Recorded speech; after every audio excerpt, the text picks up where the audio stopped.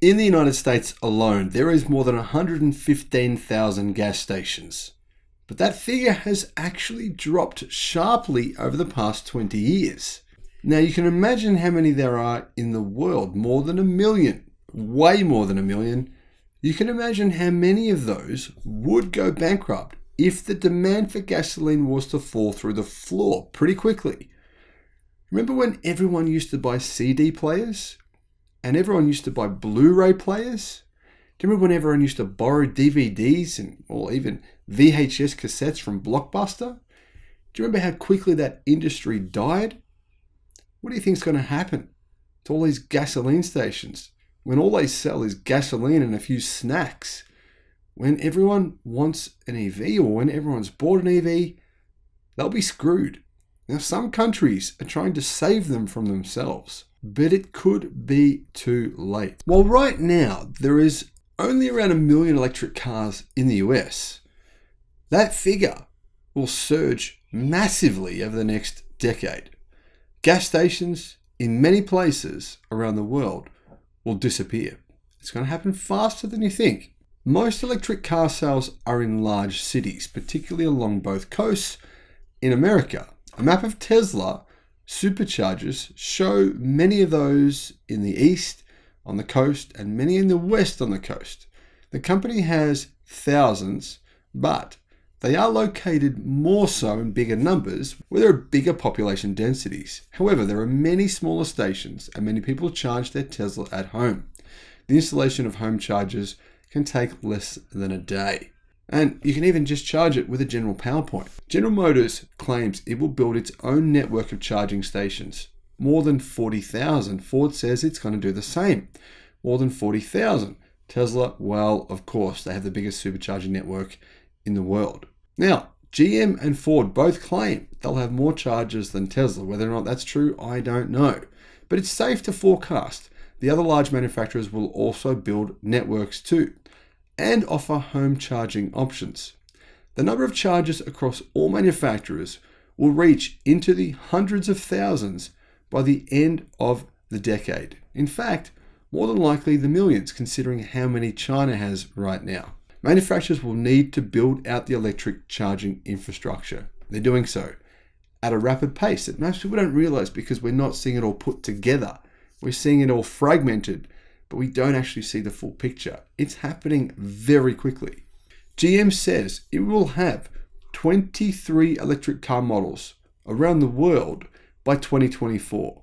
The United States is the second largest car market globally after China, and it is electrifying at an insane pace when you consider Tesla, Ford, General Motors, and all the recent money that's been invested into electric vehicle production in the US, which is actually more than $100 billion that's been committed over the past 9 months alone. The build out of EVs as a mass market product is going to be fast, very fast. Ford says it will have 40 electric car models and hybrids available by the middle of the decade. How soon will gas cars be driven off the road by EVs? If the large car companies have their ways, in less than a decade from now, more than half of the world's gasoline stations will cease to exist. By 2030, many of the gas cars currently on the roads, in fact, many millions of them, will be gone. They'll be confined to the scrap heap of history. Big car companies are betting billions and billions of dollars on the EV revolution. If their plans work, the gas station will quickly be a thing of the past across much of the world. In France, they've done 2 things recently which make you think maybe other countries should be considering following them.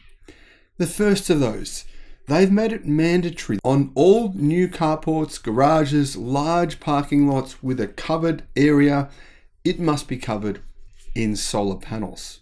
Well, the cost of solar panels just reduced within the last 3 weeks by 30%. In addition to that, France is trying to help gasoline stations stay in business, trying to help them have a future. Frankly, it's trying to save them from themselves. And I think it's brilliant. Hello my friends, welcome to the channel. I'm the Electric Viking. Great to see you. Welcome to all the new subscribers. Welcome back to everyone else. Thank you for tuning in and thank you for subscribing to the channel. It really helps the algorithms, helps support the movement and the whole point of this channel, which is to help educate all the people on the fence, because you can't educate an idiot. He doesn't want to know. Don't bother arguing with people. It's a waste of your time. That's my suggestion anyway. Let me know if you've ever won an argument and helped convince a skeptic, or someone who's more than a skeptic, someone who's just against the future, against change. Tell me if it's ever worked for you in the comments. I'm genuinely interested to know. I've never seen it work, but hey, there might be some very smart people out there who know some kind of strategy to convince some of these morons who believe some of the crazy myths that are out there right now. I've had to ban a whole bunch of people from the Facebook group. By the way, you can join our Facebook group if you like. I'll put a link in the description below. I've had to ban people because some of them are just getting on there to argue and fight with their ridiculous notions of this global hydrogen dream. Toyota's going to take the industry by storm and make everyone want to buy a hydrogen car. That ship has well and truly passed, my friends. If you still believe that, this is really not the right channel for you. Anyway, the vast majority of electric charging stations are located in cities. Right now, that's mostly true. And it's not a secret to EV owners. Consequently, this urban-based charging network doesn't bode well for the travel prospects of future EV models and brands, etc. That's changing though. It's changing really quickly.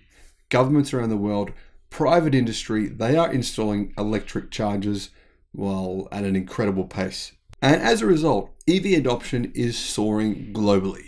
Within only a space of a few years, current projection models say that EV adoption will hit more than 50% in most Western countries around the world, including France, of course. Now, you may be a skeptic of that. Well, doesn't really matter. It's going to happen regardless.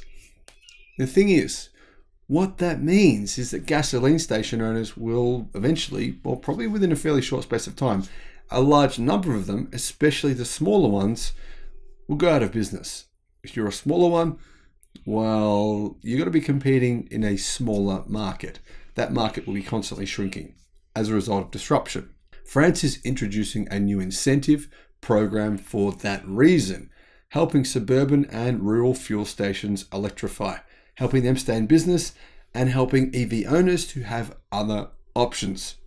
On August the 16th, 2022, the French government allotted 10 million euros or $10.5 million US to co-finance electric charging station deployments at service stations, which is what we call them here in Australia, or gas stations, in municipalities of intermediate or rural density. Basically, this thing is a really good idea. More countries should do this because it's helping these gasoline stations stay in business where in the future they'd otherwise go bankrupt, and it's also giving EV owners more choice. Thanks to their territorial network and the role of social cohesion that they play throughout France, small independent service stations, gas stations, must become key players in the energy transition, explained France's Minister of Energy Transition, Agnès Pannier-Runacher. This is the whole point of this aid that we are implementing and which will make it possible to accelerate the installation of electric charging stations in our country. Well, interestingly, it's not a coincidence, right, that EV adoption in France has increased significantly since then. I mean, I'm sure this is not the only thing that's contributed, but it definitely has contributed. Last month, best-selling EV in France was, of course, Tesla Model Y. Equal second best-selling was Tesla Model 3. So Tesla's having basically a field day as a result of people in France saying, you know what, why are we buying gas cars? Why are we buying these old junky things? Let's get an EV. In order to qualify, service centers or gas stations must sell less than 2,500 cubic meters or 660,430,000 gallons of fuel per year.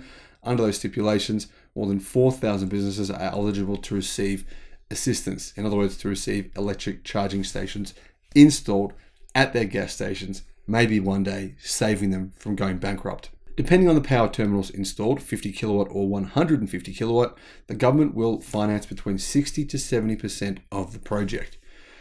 Applicants must submit a request to the French Environment and Energy Management Agency, which opened program registration in December of 2022. Once officials validate the submitted files, participants can expect their funds within 1 month's time. So it happens pretty quick. The aid that we are implementing makes it possible to support the diversification of the offer of the small independent service stations that mesh our territories and to accelerate their modernization into a clean energy future, added French Minister Delegate for Small and Medium-Sized Enterprises. They will thus become local actors in the electrification of mobility in France. This isn't the only state-supported infrastructure initiative that rideapart.com has seen in the last year. They say in December 2021, the UK floated a bill requiring all new construction projects to include EV charging points. The EU later proposed a mandatory 60-kilometre or 37.3 mile distance between charging stations. In June 2022, France's latest program aims to meet those goals. But only time and the private sector's participation will enable this incentive to succeed. Now, these gasoline stations, these petrol stations, service stations, whatever you want to call them, they've got to buy in because they do have to come up with some of the money themselves. They're only going to get 70% of the funds. They've got to come up with 30%. Now, in my view, it's a no-brainer, obviously.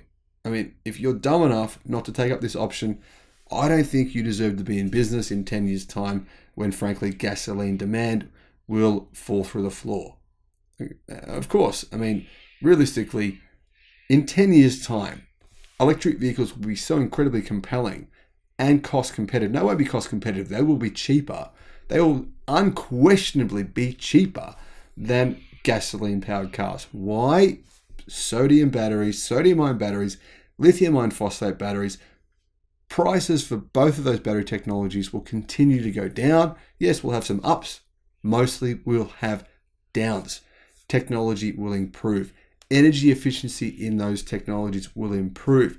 Therefore, what we will have is prices being lower than gasoline-powered cars. I mean, look at the price, right, of an EV 10 years ago. Have a look at the average price. Have a look at it today. Have a look at the average median price for an EV in the world's most mature EV market. It's not Norway. I'm talking about the country with all the EV manufacturers where they all are. China. Look at the median price of an EV there. Have a look at that and then consider the median price of a gasoline-powered car in, say, America, Australia, Europe. Yeah, you can see it's already cheaper to buy an EV in China on average than it is to buy a gasoline-powered car in all those other countries and areas. Where will most EVs come from? Where are most EVs made right now today? In China. It's inevitable that when that mature market hits the rest of the world, prices will already be lower. But add in that technology, add in the significant cost savings that will come as a result of sodium-ion batteries being used, plus therefore we will need less lithium. The price of lithium will go down significantly. In fact, I'm considering moving my portfolio away from lithium because I see the demand for lithium going down significantly because of the sodium-ion battery revolution. I think it's going to have a huge impact. Yes, lithium batteries are still important. Yes, they'll still play a big part. But will we have this incredible scarcity of lithium? No, that will change within 10 years' time, bringing the cost of lithium down, the cost of lithium ion phosphate battery technology down, and sodium will come into play with all of this. Cheaper EVs will mean gas stations will go bankrupt because there won't be the demand for gas, because there won't be a demand for gasoline-powered cars in 10 years' time. You can pretty much guarantee it. Let me know your thoughts in the comment section below. Thank you for watching, my friends. What do you think about this idea? Let me know. Have a great day. Bye-bye.